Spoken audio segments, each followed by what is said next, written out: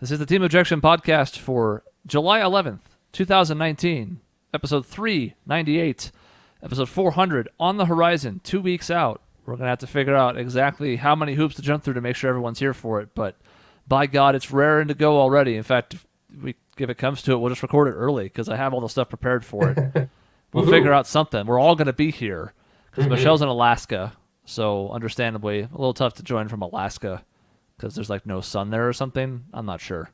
Does no sun mean no internet? It's not clear. She I've never been. She can't even join when she's in Portland. You think she's going to join her? She's in Alaska? True story, man. True story. So with no Michelle, that means we're free to talk about basketball as much as we want. The listeners may remember that the last show we did before the week off for the July 4th holiday was also basketball. Sunscast. And I thought that, I think I even said at the end of the episode, that there were very few scenarios I could imagine where we would do another one, at least until we got closer to the start of the season. And then the craziest offseason in NBA history happened, and that's not an exaggeration. Nope. That's not a hot take after recency bias. It was just flat out the craziest offseason in NBA history. So we got to break it down. We're doing our best to vie for a spot on ESPN radio. Yeah. If you haven't been able to tell. I do want to correct you, Shaun, though. It's Sans now, as how our new point guard pronounced it in his Instagram video, which was fantastic. I got to watch just part of that, and I watched like 2 seconds of his Gambo interview. Yeah, his accent is a little heavy, yes, but he speaks good English still. I'm hoping that he's going to be like Steve Nash, where he comes to our team and, he's okay in his previous career, and then he comes here and just completely transforms. I have no reason to believe that's going to be the case, but I still, I would settle for having the best version of him. I don't expect 2 MVPs or anything even close to that. I don't expect an all-star appearance, but if he can mesh his slightly improved shooting with his passing numbers from Minnesota, I would be a fan. But we're jumping the gun a bit. We did. You explicitly said we're going to talk about him last. Dave led us down the primrose path. He did. It was Dave's fault. It was just such a good lead-in of our Sans fans. Sans cast. It's the Sans with the Sans and Ricky Rubio's talk for right now. We're going to hell for making fun of Rubio. I'm not making fun of it. I loved it. I have a list up here from CBS Sports of the notable free agents. They're listed in order of importance. We're going to start from the bottom and work our way up, but I'm not going to waste our time talking about Raul Neto jumping from the Jazz to the Sixers. We're not going to do that. I don't give a shit where Mario Mudiay ended up. Turns out it was also the Jazz. I don't care about Isaiah Thomas. He's nearly a corpse. So everybody keeps talking that Utah is a contender now. Are we? I feel like that's jumping the gun a little bit for a team that has not spent 1 minute on the floor together yet. Contender, yes. I think they're easily a top 8 team, maybe top 5. Favorite? No. I don't even think you could say top 5. But we should get into that one. We should, when we're all done. We'll get there. I guess we won't technically have Mike Conley on this list, but they have another signing on here that's interesting. So I want to rank all the teams. And I will tell you, Utah is not going to be in my top 5. But that's okay. We'll have to make some playoff bets again. We'll get there. Yeah. Oh, I can't wait. Do you dare bet against the Lakers this year? I don't know what you bet against. They're so weird. It's so open. I know. There's so much talk has been about parity now, and you have the one camp that's like, there's never been parity, and it doesn't matter. You always have to have a villain to chase. And there's another that's like, no, it's pretty wide open right now, well, and this is what's good for the league. For some people, parity means that any of the 30s to 32 teams in a league have a chance to win the title. Okay, sure. That's never going to be the case in the NBA because it's so star-driven, so that's a foolish goal to have. I mean, it's not really the case in any sport, is it? Like, the NFL has a pretty good job of any handful of teams can win every year, but it's rare you're going to go from the worst team one season to winning the Super Bowl. Yeah. It's true of almost any sport, especially because of salary cap sports. I mean, there's only so many limitations on what you can do. We're skipping over anybody that's not important. I've skipped past Corey Joseph. Remember when he was in conversation? Oh, yeah. Where did he end up going, though? Only because... to the Kings. Oh, 3 years, $37 million. Well, I hope they enjoy his 3 points and 1 assist per game. Yeah. Wow, I'm glad we didn't spend that. People think we spent too much on Rubio. We'll still get to that. Stay tuned for that. Robin Lopez joined his twin brother on the Bucks. I think that's cool. That's fine. The Warriors got Kevon Looney back for 3 years, $15 million. A really smart deal for them. Yes, that's a great deal for them. But we have to start scrolling up into like the top, 20. Kelly Oubre, by the way, which we're not going to talk about here either, but is the only player in this list that doesn't even have a reported deal agreed to out of the 87 that are on here. Yeah, I'm not really sure what we're doing. Not sure either. But the last time I'm we a did little something scared. similar, I think it was with Joe Johnson and Well, it was first Eric Bledsoe. And then before that, it was Joe Johnson. both just sterling examples of great management. Yeah. As I say, it's actually improving your point because, Yeah. did not go well. Trevor Ariza signed for 2 years, $25 million with the Kings. He's number 26. That brings us to number 25, which is where I think this list gets interesting because either these are good players or players with connections to the Suns or both. 25 on their list, not that we're going to keep going in order, but whatever, is Terry Rozier. 3 years, $58 million from the Hornets, who used him to replace Kemba Walker, and apparently the Suns were interested in him. Now, we don't know that we were interested in him for $58 million, but he seemed to be one of our leading candidates going in there. So I looked at a breakdown of numbers comparing, I think it was a bunch of point guards, but at the very least, Terry Rozier, D'Angelo Russell, and Ricky Rubio. And Rubio is like better in every category than Rozier.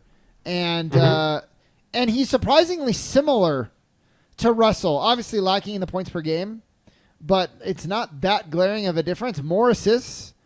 So just an interesting breakdown of all the point guards, but that's all to say Rozier kind of sucks.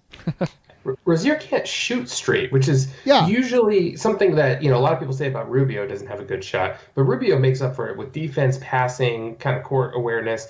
Rozier is good on defense, but he's not a great passer, and he's just an atrocious shooter. The fact that he got more than Rubio is crazy to me. And he's not a Kemba Walker replacement by any means. He is not the Kemba Walker type of player. There's some, depending on how you rank shooting or how you look at it, he had the worst shooting percentage in some portion of last year. If this his had been, true shooting was bad. Yeah, his TS percentage was bad. If this had been after last year's playoffs, I might have understood it. Because with the run the Celtics made, the hype was higher. When Irving was out this past season, I think Rozier got exposed. Now, a lot of the Celtics looked bad by comparison to the previous year's team, but I don't know about that price. And especially when teams criticize, or when GMs and writers criticize the Suns offseason for how much they spent on Rubio, I look at this deal and I go, this one's immune from criticism? Why? Because he's young? I wouldn't have minded Rozier for the right deal if Rubio wasn't available. Because I think as a pairing for Booker, he ticks a lot of the boxes Booker doesn't. But I'm not upset we didn't get him at all. I think people overlook the premium sometimes that goes with not being a huge market team, a basketball market team, and being horrible. So you have to spend a little more to get players to come here. Yeah, like $15 million on Trevor Ariza. Yeah. At least that was just a one-year deal. Thank God. Well, I mean, I guess we would have traded him anyways, but thank God. All right, so we'll fly through the next few a little bit quicker. Thaddeus Young was a name that was mentioned as a potential interest for the Suns. Got 3 years, $41 million from the Bulls, to which I say no thank you. Yep. Yeah, I liked him a lot, but I would have. And people obviously undervalued a lot of people that we could have targeted. Case in point being Julius Randle, who we'll get to. But the thought that they were going to get him for like $10 million a year was grossly understated. This is another example of that because we were thinking, 2 years, like $12 million for Thaddeus Young. No, $41 million. Nikola Mirotic just packed up and left. He's just that was the craziest thing. Just like, I'm going to Europe. Screw you guys. And he got a lot of money, so I mean, why not? I guess, but that was weird. Darren Collison retired at 31 just to go spread the word of Jesus. That was weird. Patrick Beverley, 3 years, $40 million from the Clippers to stay. Of course, that move was made final before everything else that happened that we'll get to. But that was another potential target for the Suns. And again, that price for a 30-year-old is, I wouldn't have hated it. Another decent fit alongside Booker, but I don't know about that either. I would have liked it, but that's a high price. But God, can you imagine that defense on that team now? Holy cow! Yeah, and I mean they lost. They lost Gallinari, who was their best scorer, but he was not a good defender. Shai Gilgeous-Alexander is the one that hurts them, but we'll talk about what they got for it in a bit because that's a crazy trade. Dave, just imagine you're the point guard in the NBA. You manage to make it by Patrick Beverley. Then you see Paul George. You do a spin move. You're ready, and then the claw is comes. What do? No one's gonna score. They're gonna have the shutouts. And then Patrick Beverley comes over and teabags you after it's all done. Ultimate insult.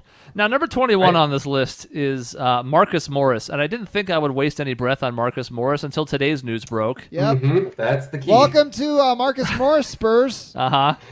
He 2 years. Fit your Spurs culture, does he? 2 years, $20 million from the Spurs with a player option in the second year, seemingly agreed to before the moratorium was lifted. And then the Knicks come with 1 year, $15 million in a logjam at the position that he would probably play most at, which is the 4, and he's considering leaving the Spurs. I don't understand it, but we know he's kind of stupid, so whatever. If you agreed to a position with me, with my team, and then you were considering leaving after you've already agreed, I'd be like, you know what? I'm going to make it real easy for you. Don't waste any more time thinking about Contract's gone. Yeah. Goodbye. It's just so weird to me. Now, I know he got paid less than Markieff out of that weird arrangement the Suns gave the two of them a few years ago. And now, of course, Markieff's getting 2 years, $7 million. So I guess we can see how their fortunes have shifted. So he's looking to get paid some. I get that. But I also feel like, wouldn't you rather play for the Spurs than the Knicks right now in a lot of ways? Especially when you're competing for minutes with Julius Randle. It doesn't make any sense whatsoever. Not even that good, by the way. No. By the way. I saw his stats, 14 points and 6 rebounds. He's an NBA caliber starting small forward if you have 4 better players in the starting lineup with him. That's as high as I'll go. He fills a gap. Harrison Barnes, 4 years, $85 million from the Kings. Fine, expected, whatever. That seems like, I mean, he's just flown under the radar, hasn't he?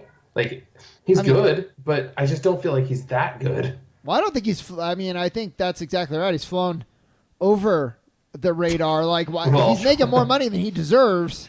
Fair. Because he kind of does a lot of things okay and doesn't specialize in anything. And I seriously wonder if the fact that he was on that Warriors championship team has just kind of made his career, at least to this point. Yeah, because it wasn't like he was gangbusters for the Mavs before he went to Sacramento either. Mm-mm. But I don't know. Sacramento's got a weird team this year with all the signings they had. Could be really good. Not really good. Could be quite good. I don't know. DeAndre Jordan hilariously got, at the age of 30, clearly declining, a 4-year, $40 million deal from the Nets, who I'm not convinced still realize that Jarrett Allen exists.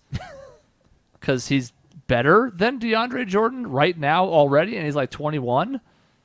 But that's a team where it feels like they're paying for a version of a player that he's not that anymore. Now, the rumor that is... feels like a... Sorry, go ahead. Oh, I was going to say, that feels like hey, Kevin Durant and Kyrie Irving like you, so here, we'll pay you so you can be on this team, so we'll make everybody happy. Essentially. The rumor is they talked about it in 2016 when playing for the national team, and... Yeah, that was when Jordan was still okay. The two of them took a slight pay cut to make that happen for DeAndre Jordan, which I'm like, good on you, I guess, but I don't know why. Brook Lopez, 4 years, $52 million from the Bucks. That seems a little high for a 31-year-old, but he earned it last year. Here's the thing. If Chris and I were on a team in the NBA, and I would take a pay cut so that a declining Dave could join our team. I would consider it too. So, I appreciate that.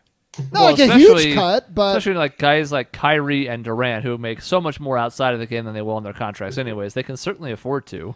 Yeah, it's not like DeMarcus Cousins where you're going from maybe a $200 million contract to $2. Yeah. But I feel bad for him. I really do. Yeah, I mean, it sucks, but... That's so weird to me. But he's 14 on this list, but there's not much to say. It's just a question, can he get healthy? Because if he can, he'll get a max deal next year. But that's the big question is if, because that's a lot of injury history there. Julius Randle, like 9-10 million per, some Suns fans said. Even I thought maybe like 14-15. 3 years, $63 million. Yeah. That's 21 per. Damn. Wow. Now, the dude put up 24, 11, and 4 last year. He's an atrocious defender. But I think anybody who thought they were going to get him on the cheap, especially when the Knicks struck out on everybody and had money to burn, didn't really calculate that. This is what I still can't figure out. The Knicks struck out on the big names and had money to burn. So now they're tying up their cap space for 3 years. Like, I get that you need to buy, that you do need to get players on your team, but like, wouldn't you want to go for shorter deals, team option deals, things like that? And they said they weren't going to do that. They were like, we're committed to if the top agents don't come here, we're not going to lock away our contract on middle tier players. Which is exactly what they did. But as an alternative, 1 year, $15 million for Marcus Morris. So there you go. They could have it both ways. Yeah. Yeah. Sign a bad player to a bad contract. I mean, they gave away Kristaps Porzingis to clear the cap space to have all these free agents come, and they got Marcus Morris and Julius Randle. Yep. Oh, man, I'm glad I'm not a Knicks fan. Good and boy. RJ Barrett looks terrible in Summer League so far. Boy, has he. More turnovers than made field goals on 33 attempts. I think 8 for 33. The Suns beat the Knicks Summer League team, and it was like, hey, guys, our team beat the Knicks starters. Yeah. Yeah, only Akobo was the player who, like, out of anybody who played in that game, was anybody who's probably going to be on an NBA team this season. Yeah. Because we don't have any of our rookies there. Bojan Bogdanovic is the other signing the Jazz made. 4 years, $73 million, essentially giving up Derek Favors to sign him instead, along with Mike Conley, who they acquired via trade. I think the Jazz are good. How many Bogdanoviches are in the league? Like 7? Just 2. There's Bojan and there's Bogdan. So which was the one that we almost got? Bogdan. And he is good? He is good. He's on the Kings as well. We'll see Bojan how good. Better, though, Why didn't we traded him, right? Yes, as part of the Marquise Chris deal. Great. We waited 2 seasons to maybe start thinking about bringing him over and then traded him for Marquise Chris. Excellent. Along with 2 other picks. That's sick. In hindsight, that didn't work out well. Yeah, A- though was seemed to be the consensus of that deal. So, these national pundits clearly know what they're talking about all the time. Yeah.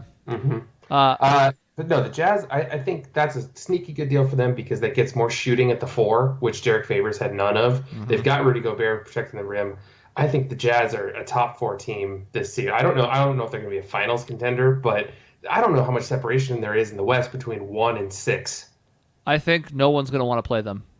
Yeah. Maybe more than any team in the West, even the more talented ones, just because Quinn Snyder's a good coach. And that system, especially with Conley now running the point, to me, teams are going to be frustrated by them. The pace they're going to play at, they're not going to turn the ball over much. They have good defenders and Gobert backing up everything. I don't know. I'm not going to sit here and say like they're the best team in the West or anything, but again, I think they're in the 5 to 8 range, and if anybody goes lower, I think they're crazy. Al Horford signed 4 years, $109 million with the Sixers. He's 33. He's good. Mm-hmm. I think fits fine with Embiid. I don't know about that pairing 4 years from now. Well, that's all going to come down to health. Can Embiid stay healthy, and can Al Horford stave off the passage of time? Yeah, but they have no shooting still, right? Al Horford is not. He's a decent shooter. I mean, he can hit like a mid-range. He's not going to be shooting threes. He can hit the 3, but he's not as good of a 3-point shooter as people think. Yeah. He'll hit like 34%. It's respectable. You can't leave him open. No. Yeah, the Sixers are struggling with threes because Ben Simmons refuses to even think about shooting them. Like, he's like, oh, I have to get inside this line before I shoot, pretty much. And Jimmy Butler, gone, not shooting threes. Yeah, Embiid's a decent 3-point shooter, but yeah, the Sixers as a whole, he's actually not. 32% last year. Now, I think he'll improve a bit. He's not terrible. I mean, he can make them when he's open again, and they lost J.J. Redick, who's next on this list. 2 years, $26.5 million to the Pelicans, who made some interesting moves and kind of retooled their entire roster. Now, granted, some of that was having the number 1 pick fall in their lap, but still, that's a team that also might contend for the 8th seed out of nowhere all of a sudden because they picked up Redick. Because, the Sixers had no shooting left, essentially. They got Josh Richardson as part of the whole Jimmy Butler situation, which will help, and that's a scary team defensively.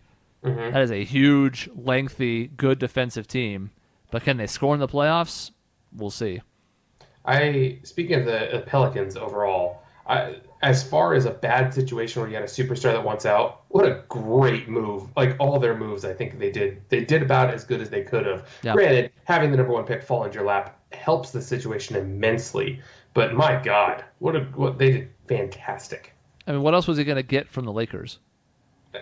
Literally nothing. There's nothing else they could have given. They're not going to get LeBron. And if that's where Davis wants to go, you have to take whatever good assets you can get from them, and he got pretty much all of them. He got every asset the Lakers could have given them somehow, which is amazing.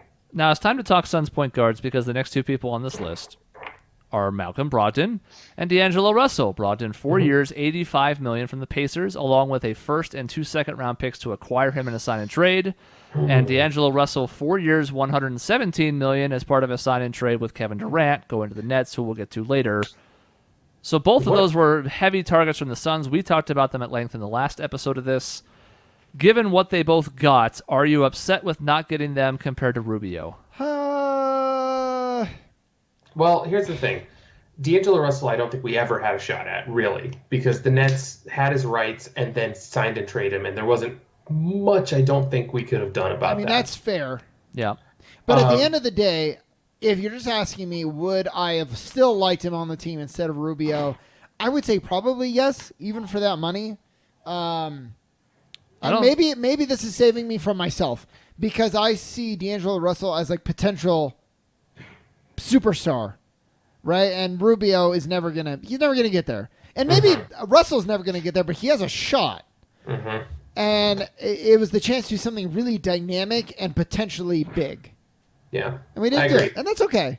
Yeah, and then Brogdon, I really liked him, but man, that much money plus giving him a first-round pick and it is rough.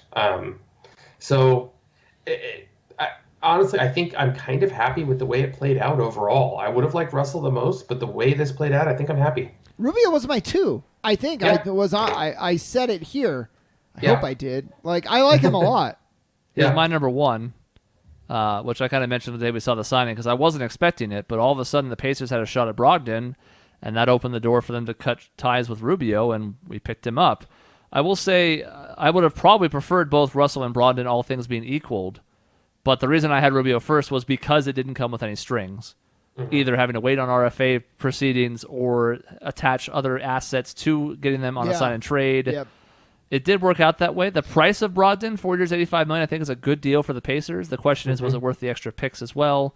Time will tell. Russell on almost $29 million a year is tough. That would have meant renouncing Oubre and a lot of other stuff too, because that was now maybe he would have taken less to come here. Who the hell knows? But at that price tag, I don't know. That's rough. That's awfully tough. It's an interesting situation with him too, because from everything I'm hearing, the Warriors don't want him. Really, they want to basically use him as trade bait later on. That was a savvy move by them, and people went like, it was very savvy. How's it going to work? Well, it's like, first of all, that's assuming they want to keep him long term. Second of all, Thompson's going to miss the entire regular season. And third of all, if you can acquire a young player in a trade who's an all-star and get something out of losing Kevin Durant, why the hell wouldn't you? Like, that's just smart asset management. Yep. Yeah, it was a brilliant move and something that was crazy. I never even thought about that. No. But as soon as KD went to Brooklyn, I was like, oh, yeah, that makes a lot of sense why you do that sign and trade. Yep, because they weren't going to keep him anyways, so the Nets could just kind of toss that in there for freezies. They got off a couple other weird contracts like Shabazz Napier, and then that's that. Yep. I don't want to talk about these next couple a ton, but Nikola Vucevic got 4 years, $100 million from the Magic. The Magic might be a playoff team next year. Solid move. Yeah, I mean, in the East, it helps. He's in his prime. He's 28. Yeah, that's a really good deal for Magic, I think. Chris Middleton, 5 years, $178 million, the maximum extension they could give him. I think he's a very good second option. He's never going to be the best player on a playoff team. 27, the right window. It's just, boy. I know. I heard Giannis really likes playing with him. Mm-hmm. And if you're Milwaukee, you're like, what can we do to keep like the last bastion of small market superstardom alive? Yep. Yeah. And I'd like to touch on that later, but you're not going to get the free agents, so you got to do something. Yep. Retain your talent. I've got a fun fact about Giannis, and we can touch on later. So, Tobias Harris, the Sixers retained 5 years, $180 million, $2 million more. I don't know how that works. It must be based on their starting salary as draft people's, but I think the Sixers made the right choice keeping him and not Butler. Mm-hmm. I agree. Butler's a loose cannon. I don't know what to do with him. 4 years, $142 million for Jimmy Butler as part of a trade to the Miami Heat. Even though the Rockets were also rumored at one point, I would have loved to have watched Harden, Paul, and Butler just self-destruct. I don't know if I can think of a more volatile situation than that, because God, unless Butler and Paul just respected each other's competitiveness, they would have killed each other, literally. Yeah, that's not much of a stretch to say that they might have done that. I just don't think Butler's that good. Yeah, same. I'm just in this weird boat where I'm like, yeah, talented, yes, but like, I guess your effectiveness on a team, playing with others, I don't know. I was just never that impressed by him. That goes back to the Chicago days. Yeah. Yeah.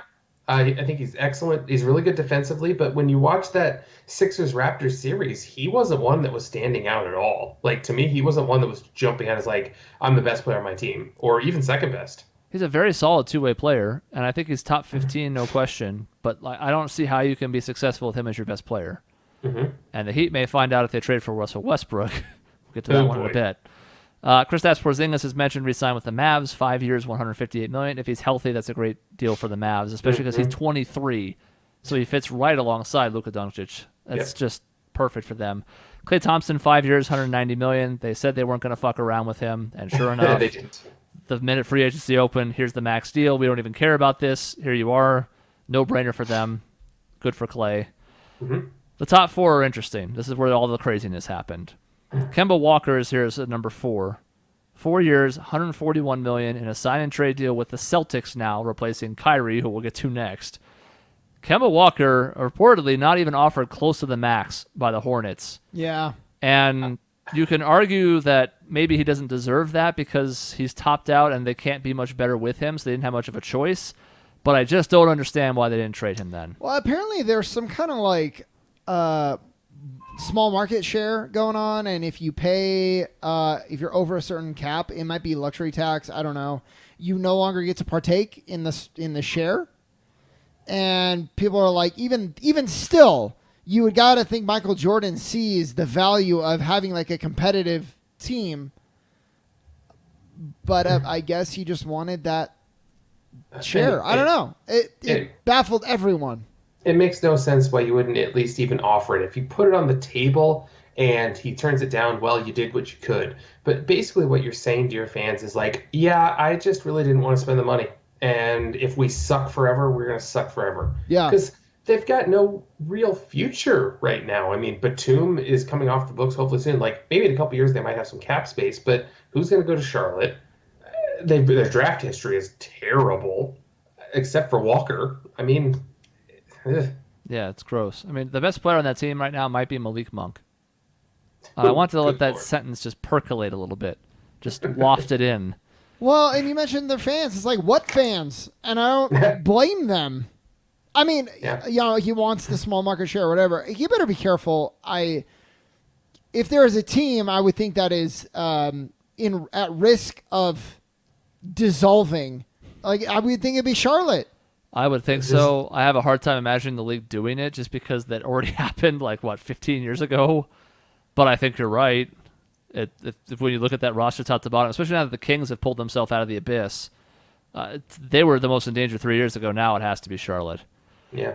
2 and 3 are a package deal because both Kevin Durant and Kyrie Irving signed with the Brooklyn Nets. That was the rumor 3-4 months ago, and then all of a sudden it seemed like that wasn't going to happen as you got more close to free agency.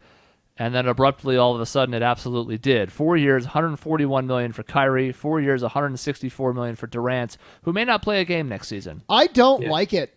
And I'm going to throw that out there. I don't like the signing. So you spent a ton of money to get Kyrie Irving for at least 1 year of him alone, which we've seen doesn't work. It doesn't even work with him being the best player on the team, it looks like. And then you get Kevin Durant back. Who knows what shape he's going to be in? He's aging. He has a bad injury. He needs to get acclimated to basketball again. So you paid how much money for a year and a half? Durant can't even play. And then when he comes back, I mean, he's older. I don't know. I think it was a buzz. It was a huge buzz deal, and maybe I'll be proven wrong. I'm so glad I'm not the Nets. Well, I mean, you could have pulled what the Knicks did, not offered the max. Which is like, why even make an offer then? That's what I would, and I don't blame them in a way, but I don't know. I mean, it's an unpopular opinion because he's Durant. He's one of the great talents ever. Mm-hmm. But this is a bad injury, and there's a lot of question marks. There is, but we talked about it on our last Suns cast. If the Suns had a chance to sign him, we do it in a heartbeat. The Nets have always been a little bit of the little brother in the New York area, and they just leaped right in front of the Knicks. And I think as long as Durant comes back, even 80% of what he was, they've got to be the favorites in 2021. Potentially. Depends on the development of the rest of their roster as well. Uh-huh.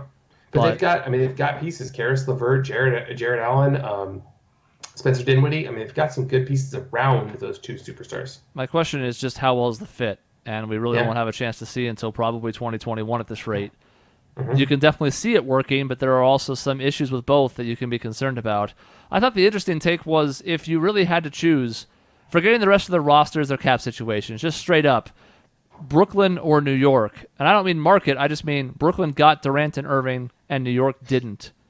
Who do you think's better off for it? And I think, like Shaun said, it's not as clear-cut as you might think. Now, the Knicks are rightly getting dragged for their awful offseason and not offering Durant the max, because what the hell were you clearing space for then? And obviously at the time, they didn't know Durant was going to suffer a career-threatening injury. I get that.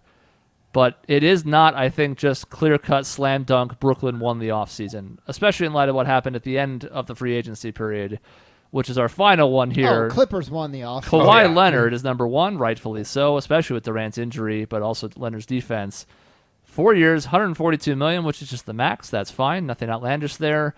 To the Clippers, who also acquired Paul George via trading their entire franchise, and now have two of the best two-way players in the league on the same team with Patrick Beverley and a few other stalwart defenders, and what I think had to be at least the leading candidate for contender next year. Yeah. So I don't even know if that's the case. I think there's a chance for sure. But they won the offseason regardless if they're the favorite or not. What they were able to pull off as the little brother, the stepchild in L.A., without all of that, the lights and everything of the Staples Center. Well, okay, I guess they do play in the Staples Center still, but you get what I'm saying. This is huge. And they were able to pull off a deal, one that everybody at one point had written off the Clippers. They were like, oh, it's between L.A. and Toronto now. And Paul George, that wasn't talked about at all. Nope. No one had any clue until after it happened. Nope. Because Kawhi keeps stuff to himself. Yeah. And he was just talking to players separately, including Kevin Durant, to gauge their interest in going there. Because people wrote the Clippers off when they had 2 slots available and every other notable free agent was off the board. Yep. Which I guess made some sense. But the problem was they went off the board. They didn't go for a free agent. They went for somebody under contract. And now, boy, what an intriguing pairing that is. Well, I mean, they're going to be good. And, yeah, it's going to, I mean, we're at the point, I think, where we can talk about, why don't we talk about our favorites? And L.A. Lakers are going to be good. They have some fit question marks, and they also have no depth at all. They're one injury away from not making the playoffs, I think. Yeah, I mean, truly. And they got some weird depth. They got like Jared Dudley and Rajon Rondo, and who's another weird guy they got? Got somebody else. Brought McGee back. DeMarcus Cousins. That's Quinn another Cook. Weird one. Now, the one thing they did do that I think they did well was, I think we realized over the course of LeBron's career that it's better when you surround him with shooters than whatever the fuck the Lakers had last season with, Stevenson and Rondo. And so now they did a better job of acquiring that, and I'm assuming they're going to go hard after Kyle Korver as well. So that's at least a better fit. But like you said, if Davis and LeBron are healthy, I think that's a top 4 seed. If either of them have any issues, and LeBron's 35 next season and Davis has missed substantial time in 3 of his, 8 NBA seasons, then you have real problems. If you're a betting man, who do you vote?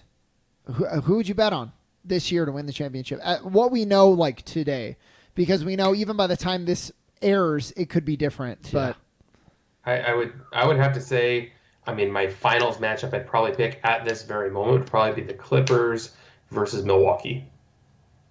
The Clippers I would bet on if I had to. Yeah. I would take the Clippers out against the field right now. And just because you got so much scoring. Kawhi did it without another superstar in Toronto. And the defense. I mean, my God. We saw it was almost uncanny last playoffs about how much more defense mattered compared to the regular season when not a single team averaged less than 100 points per game. And all of a sudden you saw finals that were like 91-85. Yep. If that's the case and you're going to take the team with the best defense, it has a very high chance of being the Clippers next year. If they stay healthy, and Paul George is a good defender, great. I think that's the key to why I like them the most of anybody in the league, because they could give both of those guys 10 nights off in the regular season, let the other one play to kind of carry the load a bit. ease their way into 55 wins, be like the 2-3 seed, and be perfectly positioned for the playoffs. I agree with you. Kawhi had load management of closer to 20 last year, though. So if they're going to look to do that, it doesn't really change anything you just said. No. But even it makes it easier. It might in the West. If they get off to a slow start because there's a lot of moving pieces or something, then I don't know if you can have the luxury of sitting in 20 games. But and then you ask, well, it almost makes sense to stagger them. But then you want to make sure they play together too, so that they're primed for the playoffs. So you just sit them both against the Bucks, or not the Bucks, the Knicks, the Hornets, right. Or you sit them both against really good teams, and back to back on the road, and you're like, well, we're not going to beat the Bucks tonight, so sit.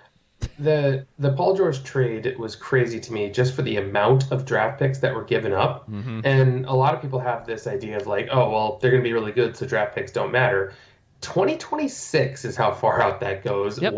Another one of the picks was Miami's unprotected 2021 pick that the Suns originally had. Yep. I mean, honestly, I think Oklahoma City did a really good job of getting value out of somebody that I don't think anybody knew they were even going to trade.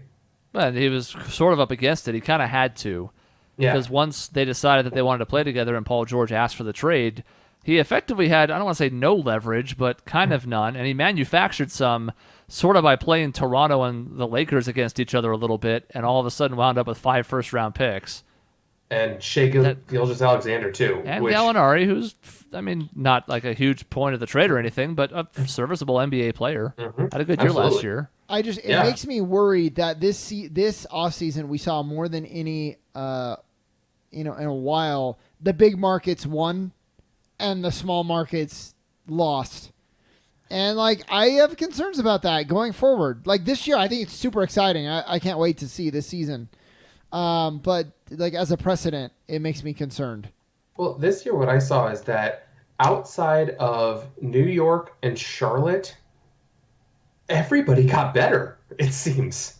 Oklahoma City didn't get... Oklahoma, you're right. They have pieces for the future, right? Yeah. But, and I guess you could say that the Warriors got worse, but they're still good. The Pelicans got worse. Now, they have a ton of stuff to get better in the future. They did the best they could, losing one of the top 5 players in the NBA. Maybe it's not everybody got better for next year, but everybody outside of those few teams made good moves, it seems. I think everybody... But if you're an owner of a small market team, and you're looking at this and you're saying, all that's going to happen is my best player is going to demand a trade, that's concerning to me for the long-term viability of the health of the league. If Giannis leaves Milwaukee, I think I heard this on some rate. I feel like a real chance for a revolt of the owners. We're going to hear it in the next CBA. It's going to be a thing that comes up. Yeah. So I agree with you to an extent. I do think this was a weird byproduct of the LA and New York teams sucking and or the Lakers stumbling ass backwards into LeBron to make them bigger destinations, because it just so kind of happens that the teams that had cap space were the big markets in this particular offseason. Because outside of those 4 LA and New York teams, Atlanta, I think, had 30-plus at the start. I think Chicago might have had a max slot. Milwaukee technically had the space, but of course they were going to have to re-sign their own people, so they really didn't. So I think you're right to be concerned, but I think that sort of like when the cap spike happened and all those weird contracts got doled out, one of the reasons the LA and New York teams struck here was because they were one of the few teams that could. Yeah. Yeah, I think there'll be a little bit of a regression to the mean later on. I get your fear about it, especially if Giannis decides he wants to go to New York in 2 years, which is just why would you do that? But or overall, Westbrook, Westbrook could go to the Knicks. He could be leaving. Oh my God, the Knicks, that'd be hilarious. I would love that. I don't even blame Russell Westbrook. If I'm a fan of the Thunder, I'm like, look, man, thanks for everything. You stuck with us. I don't really like you as a player, but I admire you. You are an incredible talent, and you stuck with us. Yep. For a long time. So go somewhere else. You didn't make this choice. Paul George did. He gutted the team. Yeah. It still blows my mind that the Oklahoma City had Paul George, James Harden, Kevin Durant, and Russell Westbrook, and at the start of next season, they might have none of them. And NBA champion Serge Ibaka. Yeah. And have none of them. probably when camp breaks this year. Yeah. It's going to be sad, though, because Harden could potentially win a title, although it's looking less and less likely every year to have that much talent and success, but most of it was achieved when the players weren't on your team. I feel like Houston's gotten weirdly slept on because they're bringing back essentially the identical roster, and there was reports that maybe they're all turning on each other, and it wouldn't surprise me in a Chris Paul locker room, but whether or not they did, like that's a team that, again, kind of pushed the Warriors and was a second-round team, and they're bringing back their same roster, and Harden's going to be really good. They seem like they're still a bottom-four playoff team to me, and I don't think anybody said a word about them. Now, granted, because they were stability in a sea of craziness and chaos, I get why nobody's talking about them, but they should be good. They should be good, and I think they're still contender, almost fringe contender now, though. In a way, they got leapfrog just by staying still. Mm-hmm. Yeah. When the Warriors got all hurt, it was wide open. And then Anthony Davis went to the Lakers. And it's like, okay, that's an issue for Houston. And then the Clippers situation. It's like, okay, that's also an issue. So, I don't know. Contender? Sure. So they've been pretty, well, I can't even say that. I was going to say they've been pretty healthy. But no, that's absolutely wrong. Yeah. Nope. And they're another potential Westbrook destination. And there's been talks they wouldn't even include Paul in that trade, which would be the weirdest thing to me in the world. How do you not have, how do you have they can do Westbrook and Paul? I mean, yeah, you can, but how does that team work? I have no idea. But that's Daryl Morey's approach, though. Get the best players possible and figure out the other 12 slots. 3 primary ball handlers on the same starting lineup. Yeah, it doesn't fit Houston's model at all. I don't know why he would think that way, because the Suns had that. We had 3 all-stars at once, and they couldn't play together because, of course, they couldn't. So, one ball. Yep. So we got to talk about the Suns before it gets too late. We're on the clock here. The Suns really only made one move in free agency, and that was Ricky Rubio, 3 years, $51 million, 17 per. We went over their draft and stuff in the last cast. I think it warrants mentioning again a little bit, if only because we got dragged by almost everybody as far as our offseason moves, free agency and the draft combined. And while I know I'm a homer, and I'll freely admit that, I do not understand why we're getting crushed like this. Well, so everybody's like, you could have gotten more. So that's the big issue that I can't argue was, we understand you want to get rid of TJ Warren, but you gave him away for nothing. You could have gotten more. And I'm thinking, man, whatever. Maybe we could have gotten an extra pick that won't matter because we're trying to improve, or an extra few $1 million that won't matter because no one wants to sign here. Like, whatever. We got rid of him. Get off me. Yeah. It is amazing that everyone's looking at a 19-win team that we overturned our roster. Like, people understand how many people we got rid of, and we kept the good ones. And 3 players left. Yeah, Ayton.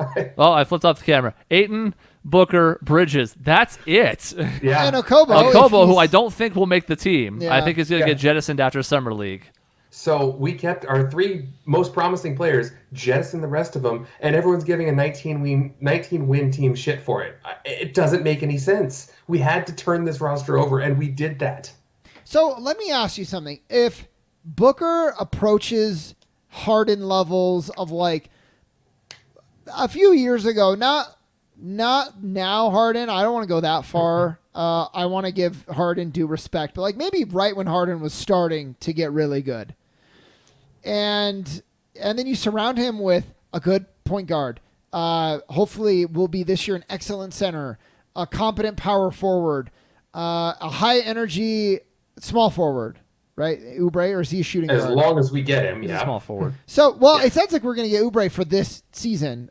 Yes. What's considering now is if he's going to want to stay with the team that kind of shafted him. That to me is like a good team, potentially, with a capable head coach, if not maybe pretty good. I think in a vacuum, that's a really good team. In the West this year, I don't see how we win more than 30 games. Well, I mean, even 30 games is definitely trending up.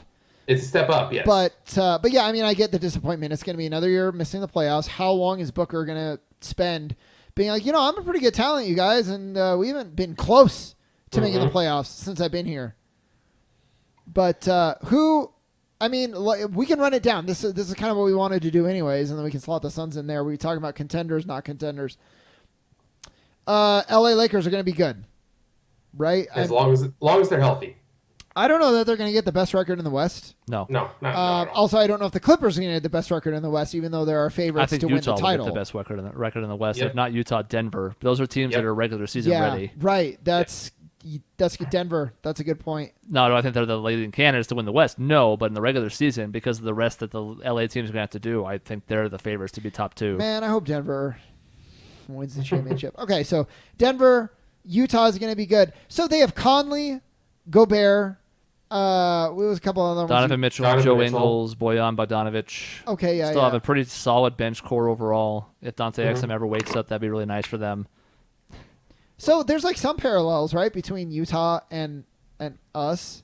Like everyone, I mean, for good or for ill, compare Mitchell and Booker anyway. Booker's better. Okay, I mean, I agree. And then you have Gobert versus Ayton. In that one, Gobert's better, but especially defensively. Similar, hopefully. Yeah. So there's some parallels. So if Utah's going to be really good, now Mike Conley's better than Ricky Rubio. Yes. But I mean, so we based on that thing, we could be maybe top 4 in the West. So, anyways, we've done it. San Antonio. Someone said they're still a contender. I don't see how. If we're talking about contender, is someone who could legitimately entering the season win the title. I don't see how San Antonio is there. No. I see him making the playoffs. Oh, yeah. I mean, they're going to make the playoffs. We also have really not talked about the team that was the 3 seed and made the Western Conference Finals last year and made some weird moves, but still have the backcourt, which is Portland. Yeah. I still think that was an aberration. And maybe when they win the title, it'll prove me wrong. But I don't know how Hassan Whiteside helps them exactly, but whatever, I guess. Portland's another one where they're built to win the regular season. They're going to be maybe I could see them as a 3rd seed. Like again, I feel like they're always like right around the 3rd seed. Yep, absolutely. If the Laker castaways are any good, the Pelicans might be a 7 or 8 seed. I don't give them that much credit. With Giroux and Zion, right. I think you're right, but don't. I don't want the Pelicans. Give them a little bit. I don't want them to be better than the Suns this year. Like, come on. They might be. We've been building this core for like a little while now, and we got rid of a lot of that core this offseason. But I mean, our true core, even if you want to include Bridges or not, it's Booker and Ayton. That's the core. Shaq, Kobe 2.0. I still believe. And without Zion, I don't think. Like if we had got the number 1 pick instead of the Pelicans, I think we would have the better roster than them. But that's not how it worked. So, oh well, I guess. God, his 2 seconds in summer league was pretty impressive though. He's a beast. Oh, he is an absolute beast. So I don't know, I'm looking at other teams like Dallas is not going to make the playoffs this year, but they've got potential, that's for sure. Is Porzingis going to play this year? Yeah, it should. So why can't they make the playoffs? Because their depth sucks. Depth is the issue there. They've got 2 very good players, but no depth. Okay. All right. Okay. The Kings. I mean, like I said, in a vacuum, I could see them doing really well. But in this Western Conference this year, I don't know how they're going to make the playoffs. I think people need to calm down about the Kings. I don't love all their offseason moves, and they're like, well, they were the 9 seed last year. It's like, yeah, they missed the playoffs by 9 games. Yeah. They were under 500. Now, they showed promise, and I'm sure most people would take their roster over ours, and maybe even I would. But, like, the idea that they're going to make another step this year, I don't think that's guaranteed. Especially because they have a new head coach for whatever reason that was. Let's fire the guy that just brought you up to a 9 seed. I guess people just don't like Dave Yeager because there he went. The Grizzlies are going to be terrible.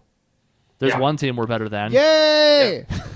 I'm not necessarily convinced the Timberwolves are any good either. Now, Cat's good, but if Robert Covington's going to miss substantial time, that is a hugely problematic roster. They have a weird like psyche issue right now. They just seem like kind of dysfunctional and weird. So I'm not worried about them. We mentioned every team.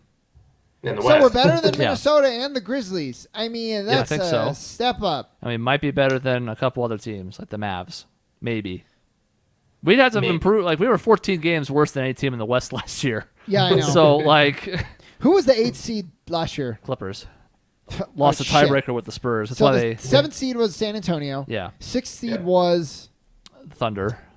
Thunder. We're better than the Thunder. Well, I think. If they trade Westbrook Westbrook, probably. Which are we going to touch on that on Westbrook trades? Because there's a lot of people saying they want to have the Suns Absolutely reach not. out for him. Wait. Before we get there, I think we could be better than the Thunder, even. Yes, we will not be with Westbrook. Maybe. No.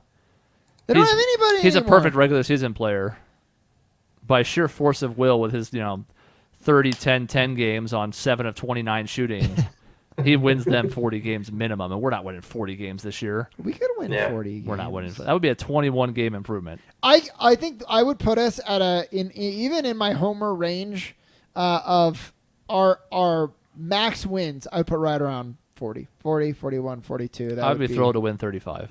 Oh my God, 35 would be to great. win 35. I think at least one of our rookies has to be really good, and or Bridges has to take a big step, and or Ayton is a monster.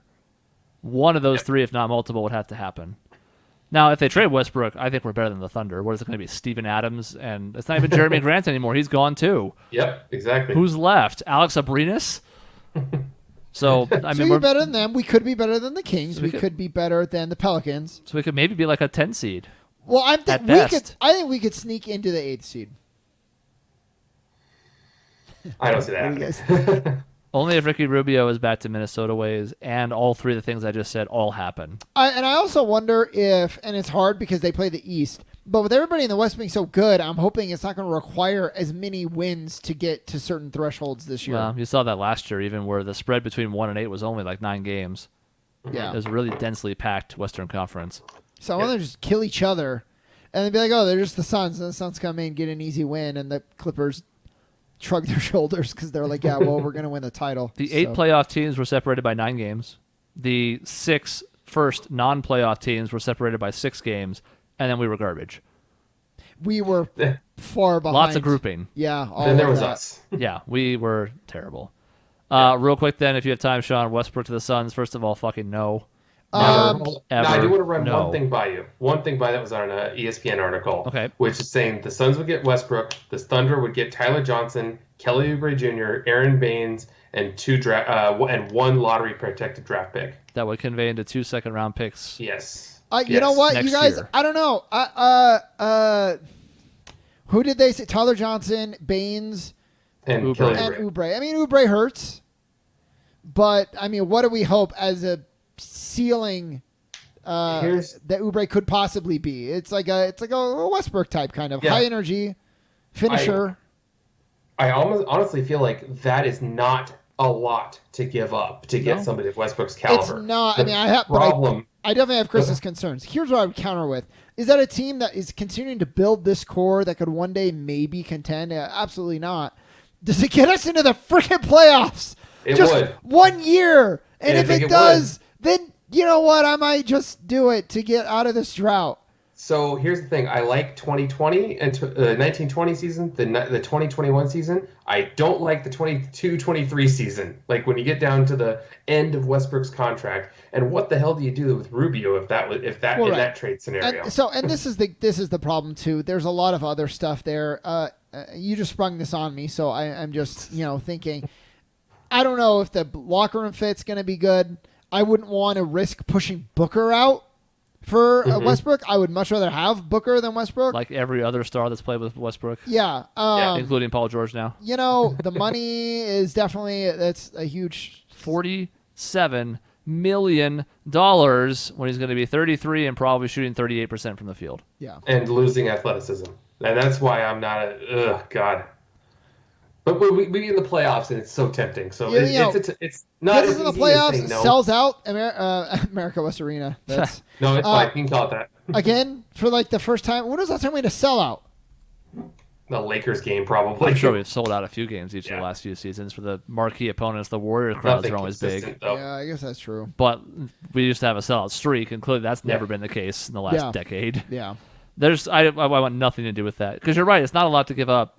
And you can argue you should almost be having to take assets to take on Westbrook's contract at this point. I have no interest in it whatsoever. I have very few players I like less in this league than Russell Westbrook. Now, how is that just Suns fans being like, what if we got him? Or is there actually chatter? That was an ESPN article of saying where 6 different trades Westbrook. Oh, they do those. Anytime the Suns have been mentioning it, it's just because the Suns don't know what they're doing. They're just throwing things at the wall to make it stick, so they might be interested. If there's like a Wojnarowski being like, "Hey, I'm hearing some stuff," I would be intrigued. There's no way. Yeah, and no way. Rubio can't be traded until December 15th. So at this Correct. point, whatever little chance there would be of that, I think is dead in the water, which is good because I want nothing to do with this. Mm-hmm. I would kind of rather try to develop what we have now. And I'll be really honest with you. I'm not positive that's a playoff team. In the West. I'm not either, yeah. In this West, which is just a train wreck, as it has been for a while now, but this year especially looks like a buzzsaw. I think it's definitely a possibility. You'd be in the conversation for that 7-8 seed for sure, but I don't think that's guaranteed at all. I'm just if Rubio, well, Westbrook would have done this too, but take some pressure off of Booker. If Booker is allowed to score like he's so capable of, he's going to go off. I mean, he scores 50 when he's just feeling like fucking around because the season's lost. And the defense knows to guard no one else on the team, and he still scores 50. Would have been 60, but the best defender was Jimmy Fredette. Jimmer, whatever. Yeah. Fuck you. Yep. Yep. He did a great job keeping the ball out of Booker's hands. Yeah, he did. If I hit this 3, maybe they'll give me a contract. I'm 1 for 14. This is my shot. Oh, God. Shoot, man. He's playing in Summer League again, by the way. I thought he quit. I'm sure he's done. No, he's on the Warriors Summer League roster. I thought he quit the Warriors Summer League. Maybe he did. I know he played the first game. Yeah. I haven't been doing a lot of Jimmer watch, so I apologize if my news is outdated. Yeah, it's going to be a hell of a thing. It almost makes you wonder if they should separate East and West. I know they're considering it for the playoffs. It's hard to do in the regular season, though. That's, geographically, it's tough. Yep. Mm-hmm. They could do it for the playoffs, but that's another whole other can of worms, and it breaks tradition and blah, blah, blah. Yep. So, yes, we are Suns fans, and yes, we can be even relentless homers sometimes, but I don't understand the hate for the offseason. I thought it was good, not great, but there's no question this team is better than last year's. Zero. Yeah. And the people talked about asset management. What did we give up? TJ Warren, a husk of a defender, picks. 2 second-round picks, the Bucks pick that's going to convey for a lower pick than what we got Ty Jerome for, and what? That's it. That's it. Josh Jackson's corpse? Yeah. Anthony Melton? It's actually a win. I mean, you talk about what we lost. It's a win that we were able to get rid of him. Josh Jackson. We walked into this offseason having 15-ish million in cap space and the number 6 pick and had basically 2.5 positions out of an 8-man rotation filled.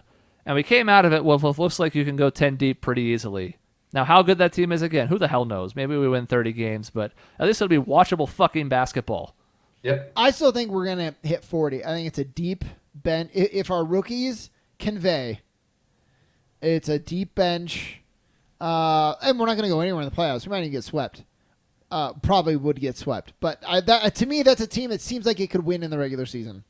Especially when all these other teams are doing load management because they actually have a chance and they want to protect their teams. And when we win 15 games, I'll admit it. I've done it every season for the last 4 years. So I don't think I've estimated under 30 wins. I don't know that you have. For a while. You are the most optimistic of us, the most pure. Yeah.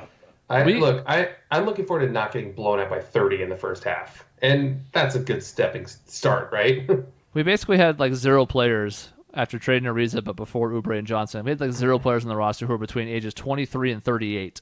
Yeah. Which is the kind of range you want your NBA players to be in.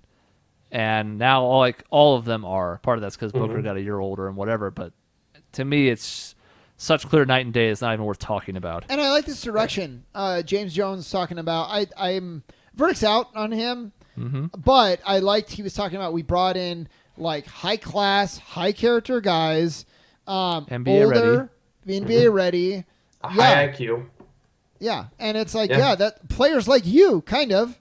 Not that you were great, but you always just kind of filled that role. Yeah, and I feel like we have more of a vision rather than we're just going to get a bunch of things and hope someday we can turn it into a big thing. Yeah. Yeah. I mean, exactly. And again, we got rid of Josh Jackson. We got rid of the Morai. Not part of this, but we're sending out those low character, trash, douchebag players. Mm-hmm. Trevor Ariza, I mean, kind of is in that camp. You're a shitty person. You're not You're not getting your daughter high, but you came and you weren't committed to win with us. So fuck you.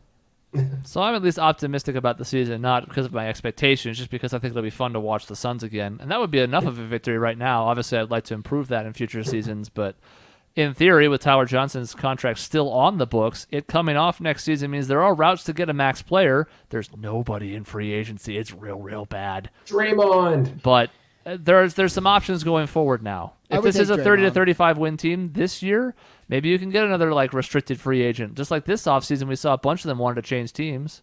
So there's some options to getting better where you couldn't see them 3 months ago. I just got to tell you again, I have to reiterate this. We looked about as bad as I've ever seen us. And we still won 19 games. That's almost 20.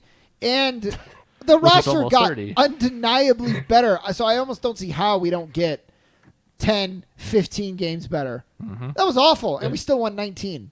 Yeah, when we had a capable point guard, we actually looked like an NBA team. And now we have two capable point guards, one of them backing up the other. I really wonder. I really almost, like if we were playing, if you're a boxer and you're really good actually, but you're literally fighting with the hand tied behind your back. And I wonder if that's for like a point guard. No capable point guard. No entry passes to Ayton. No good looks for Booker. No one to even take the ball out of their hands. And I really wonder if there's something there already.